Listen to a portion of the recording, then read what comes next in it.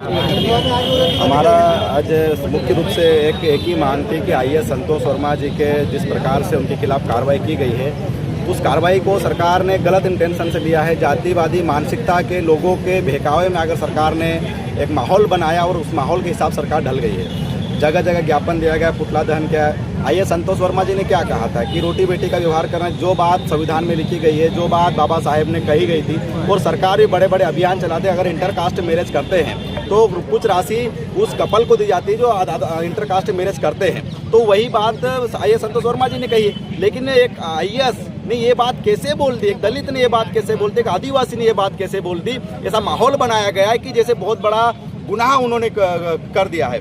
तो हम आज उसका विरोध करने के लिए आज यहाँ पे इकट्ठे हुए कि ऐसा देश में, प्रदेश में ऐसा नहीं चलेगा। सरकार को किसी एक जाति के हिसाब से, एक जाति की भावना को ध्यान में रख के नहीं चलेगा। इस प्रदेश में एसटी, एससी, ओबीसी 85% बिलोंग करती है और उनका समान रूप से अधिकार संविधान पर है, बोलने का आज़ादी है, संविधान हमको आज़ादी देता है। तो हम उसका विरोध करने आए थे कि ऐसा नहीं लगे कुछ लोगों को कि यार ये एसटी, एससी, ओबीसी कुछ नहीं करते हैं, मुर्दे के समान सोए हुए। लेकिन हम जागे हुए लोग हैं, हम सब देख रहे हैं, परख रहे हैं कि रोटी और बेटी का व्यवहार होना चाहिए अगर तुम जातिवादी को खत्म करना है तो।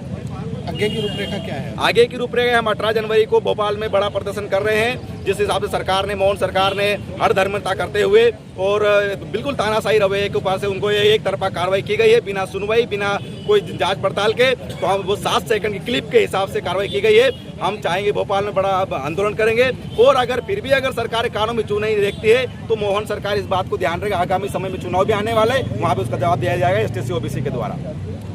सीनियर साथी, मेरे युवा साथी, आप सभी का बहुत बहुत अभिवादन।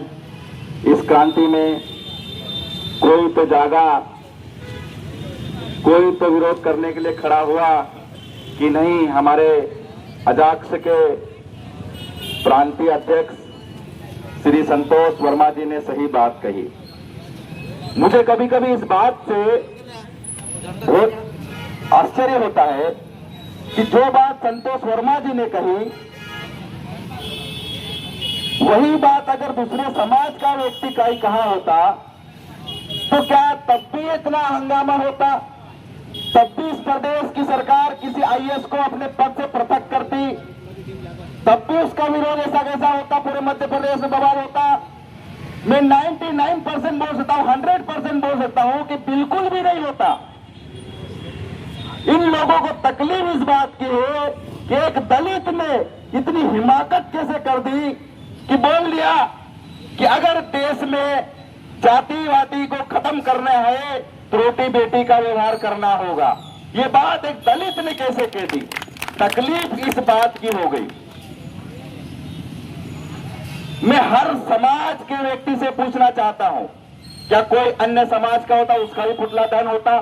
नहीं होता। मेरे सीनियर में अभी भाई साहब ने बताया कि एक व्यक्ति कैसे पढ़ लिख कर आईएएस बनता है, कैसे नौकरी लगता है, उसको ही पता है। हमारा एक आज भी दलित आदिवासी गांव में दिन भर भेड़ बकरियां चराकर इतने संघर्ष के बाद बड़ी मुश्किल से अगर स्कूल जा पाता, कॉलेज जा पाता है, तो वो भी उसके लिए कोई पद्म भूषण से कम नहीं है। और उस व्यक्ति से वहां से उठकर अगर कोई आईएएस बन जाता है, लोग बोलते जातिवादी खत्म हो गया है, कोई भेदभाव नहीं है। कैसे भेदभाव नहीं है साथियों?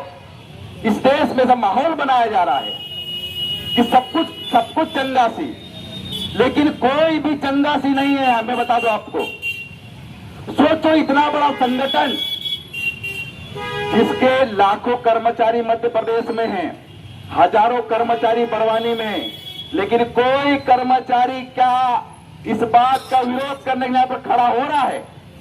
नहीं। उसकी इतनी भी हिम्मत नहीं बची है कि वो बोल दे कि संतोष वर्मा जी ने बात सही कही थी कि आर्थिक आधार पर आरक्षण तो आप कहते हो कि देना चाहिए, कि आरक्षण की व्यवस्था बाबा साहेब ने कोई गरीबी उन्मूलन के कार्यक्रम के रूप में नहीं ली थी। एक आईएएस अगर बन जाता है और मालूम पड़ता है कि उसके अगर वो दलित है तो सवर्ण जाति का उसके हाथ से पानी पीने से कतराता है। क्या इस बात से नहीं कतराता है कि अगर अमीर है तो उसके हाथ पानी पी लूं मैं? नहीं, वो दलित है, वो आदिवासी है, ये कहकर आज भी कतराता है। एक उदाहरण, एक तरफ एक दुकान दलित भाई की है, किराना दुकान, और एक तरफ अगर सवर्ण भाई की है, अन्य समाज की है, तो मैं गारंटी देता हूं वो दलित से हाथ से उसकी दुकान से नहीं लेगा, यहां तक कि दलित भी उसकी दुकान में नहीं जाएगा।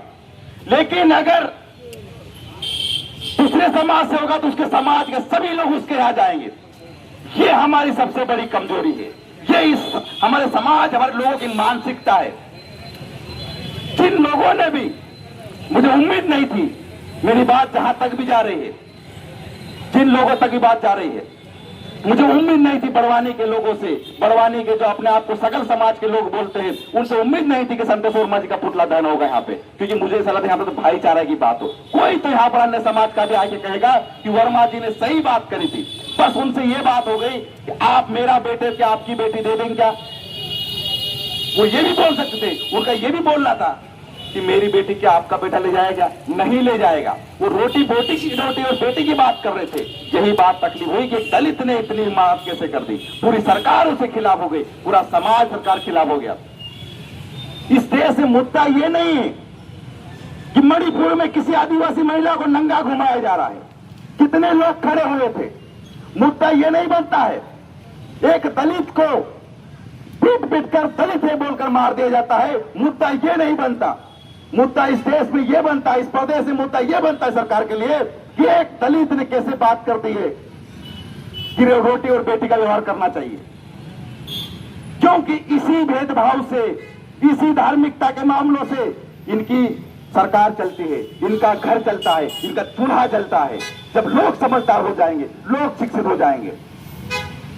साथियों, बाबा साहब ने बहुत अच्छी बात कही थी कि गुलाम को गुलामी की एहसास करा दो, क्रांति अपने आप हो जाएगी। लेकिन मैं अपने लोगों से कहना चाहता हूं, आप गुलाम हो, आपको बेड़िया जकड़ी हुई है, आपको बांधा हुआ है, आप उस बेड़ियों को चुम्मी ले रहे हो, आपको उससे भी मोहब्बत हो गई है, कैसे क्रांति होगी? ये आज एक संतोष वर्मा जी की बात नहीं है। हर कर्मचारी के साथ भेदभाव होता है, हर बच्चे के साथ, पढ़ने वाले बच्चे के साथ भेदभाव होता है। पहले सरेआम एक लौहे का अंगूठा मांगा जाता था, आज भी हमारे लोगों के साथ में, डिग्रियों के साथ में, नंबरों के साथ में फेरा फेरी की जाती है। सब चुप है, कैसे भेदभाव नहीं होता है? तो साथियों, बातें बहुत सारी है।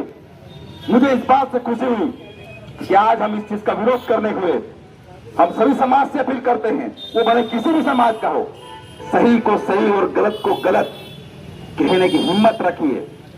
आप भेड़ चाल मत चलिए कि किसी सरकार को तो, किसी नेता को अपनी पॉलिटिकल रोटी सेकना है, लेकिन आपको दुकान चलाना है, आपको नौकरी करना है, इन्हीं भाई लोगों के बीच में रहना है। ये बेर ठीक नहीं होता है। इस इन्हीं बेरों से नेताओं को फायदा होता है। बहुत बहुत धन्यवाद भाई का बहुत बहुत धन्यवाद।